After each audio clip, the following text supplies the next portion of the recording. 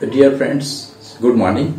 I Jaswant Singh Kelasia welcomes you in our YouTube channel Bharat Germinates the Democracy. Today we are discussing about the history of democracy in our India. As that we have said in previous two episodes titled as History of the Democracy, we are discussing about the history of democracy. We have given this write-up titled as The Himalayan Historical Mistakes of Indian Democracy. I repeating this the title of this episode, The Himalayan Historical Mistakes of Indian Democracy. We have divided this write-up in two parts. Now I am reading the first part of this episode. When the era of Enlightenment started, ideological revolution also took place. Common men opposed all the values of theocracy, feudalism, imperialism, dictatorship. In place of these values, establishment of principle of humanism, logistic, rationalistic, scientific temperament, human rights, equality, brotherhood and justice taken place. Here, a mentionable and important thing is that because of the French political revolution, industrial economical revolution of Europe, cultural revolution of China, black slave liberation movement of America, etc. and so also because of the great turmoil due to two world wars resulted into development, establishment of democracy, public representation or adult franchise and formation of government through a process of election system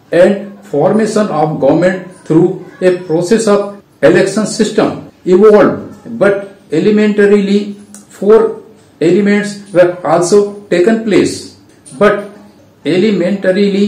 Four developments were also taken place. Towards these four developments, no attention was given or less attention was given by the intellectuals, thinkers, political scientists, etc. Firstly, that the world where the population or a particular region, area, state were well educated, well wakeful, vigilant, full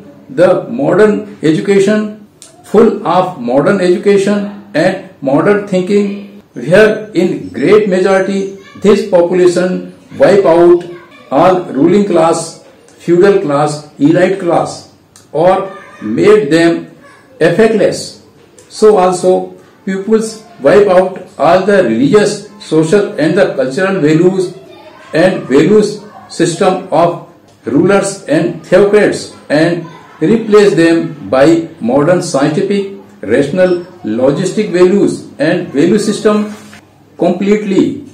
The best example of this is Cultural Revolution of China and Communist Revolution of Russia and other communist countries. The USA, Australia, Canada are also good example of in this regards. The second thing which was happened is that though the political power, the governance and the administration came into the hands of such persons, those were elected and public representatives by the people, but after the commencement of democracy, the remained rulers and a few members of ruling class were made effectless and uninfluential so that they could not be able to influence directly or indirectly in the affairs of all political system, governmental administrative activities and so also in public politics, etc. We can say that this remained ruling class was made just like a symbolic and honorary king. Britain and Japan is a good example for this. The third thing which was taken place that among so many groups of the peoples and in so many geographical areas, states and countries, the kings, rulers, dictators are there, yet still exist now. So also their ruling is in practice.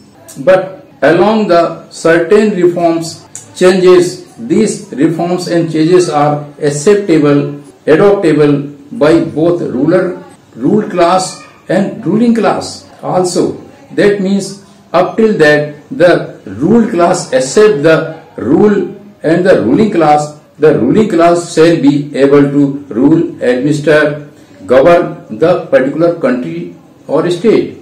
Otherwise, it shall be replaced. Some Arabic and the Islamic countries, states are exemplary example for this module of governance. The fourth one development which took place is most important for us and as to serious concern and a matter of deep study and thinking. It is documented in the history that in British Empire there was no sun setting, but due to First World War, this empire was yet not been able to overcome from serious economic crisis downfall. Meanwhile, Second World War started. Due to this war, the Great Britain suffered a great loss of both human and material resources. Side by side, because of social, political, democratic movements were taking place on the world level. For Britishers, English, it was very difficult, rather to say impossible, to continue colonial rule over their colonies all over the world. They were also observing hurdles and inconvenience for this. Hence, they made their mind for leaving their colonies and to declare independent countries, states.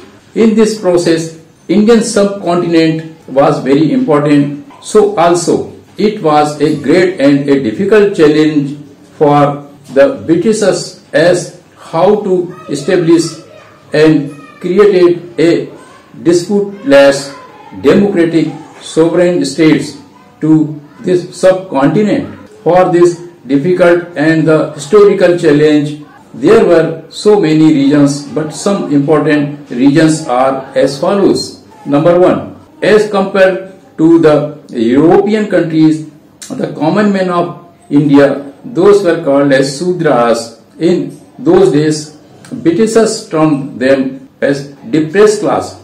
Their population was approximately 85%.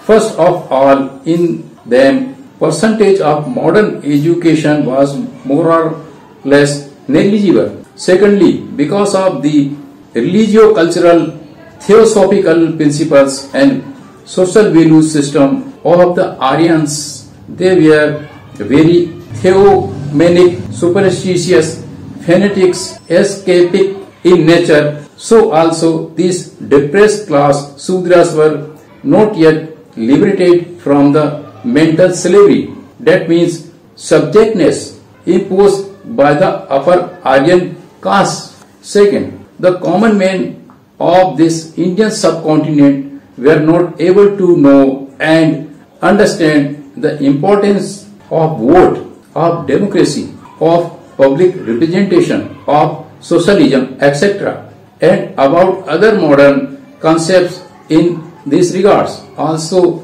yet they were in such a position in those days when it was needed to the ruling class. They were ready to go to any place at any time and gathered as huge numbers. Third, because of emotionally and psychologically, the common men of India were under the influence of ruling class. Hence, in one side, the process of transfer of power proved to be advantageous to this ruling class of India. In other side, common men, categorically depressed class, lost their right of real public representation and fundamental human rights. The best example of these things is Simon Commission, which was a era-ending historical initiative of British government to ensured and guarantee for fundamental rights of the common man. Second example is communal award. It is very pathetic and vexatious clod in the history of mankind of this Indian subcontinent that about 90% pupils could not be agitate, organize and launch the mass movements in favor of both Simon Commission and the communal award with such intensity and vigor so that enmity of Mr. M.K. Gandhi and other ruling class of India could be toppled down by them. Fourth, because of the fact that Britishers already have been given promise for independence to India. Therefore, it was a hurdle of time limit before them. Fifth, because of the situation mentioned in points 1 and 2, due to enlightenment, the world, especially in European Western countries, whatever the social, ideological, political, economical changes are being taken place in the common man, but common man of India remained more or less untouched with these changes. Hence, a liberation movement of the common people could not be stand up. Whatever happened, as we read, see in the history, it was merely a transfer of power from European ruling class to another Indian ruling class. I repeat this sentence as whatever happened, as we read, see in the history, it was merely a transfer of power from an European ruling class to another Indian ruling class. Point 6. Though in world level perspective of those days, communist movements has been come into existence in India. But as we occasionally said that in India, the movement of have-nots against the have, or we can say like this, the movement of exploited against the exploiters, controlled and guided by haves, ruling class and exploiters of India. Only, not even this, the communist ideology or the communist movement was not treated nor applied as an ideology and as a movement for the purpose of liberation, emancipation and enlightenment of the have-nots, exploited ruled class by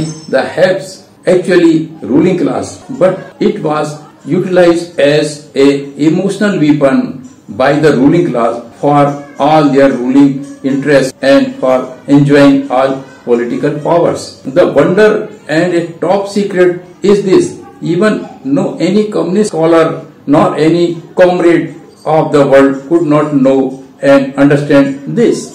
All these subjects are very deep mystery and of research and invention. Here to discuss about this secret mystery is not relevant. We shall discuss them elsewhere separately.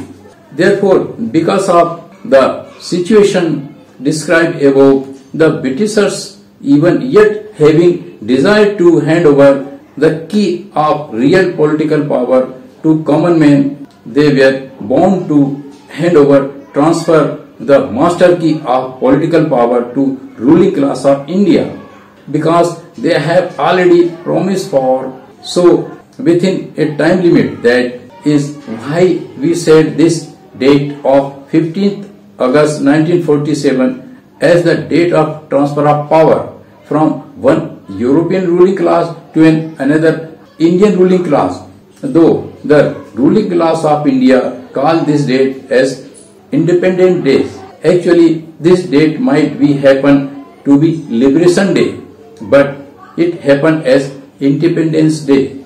That means full, unobstructed, uninterrupted and fearlessly enjoyment of political power and luxurious life of our ruling class and to their stooges, Chamcha era Honorable Kasiram, just like autocrats, theocrats and aristocrats. Dear friends, with this we conclude this first part of this episode. Thanks with being with us and viewing the full episode of this channel. If you think that our views are basically radical in nature and basically revolutionary in nature, so kindly subscribe, like and share this channel. Thanks for being with us. Namaskar.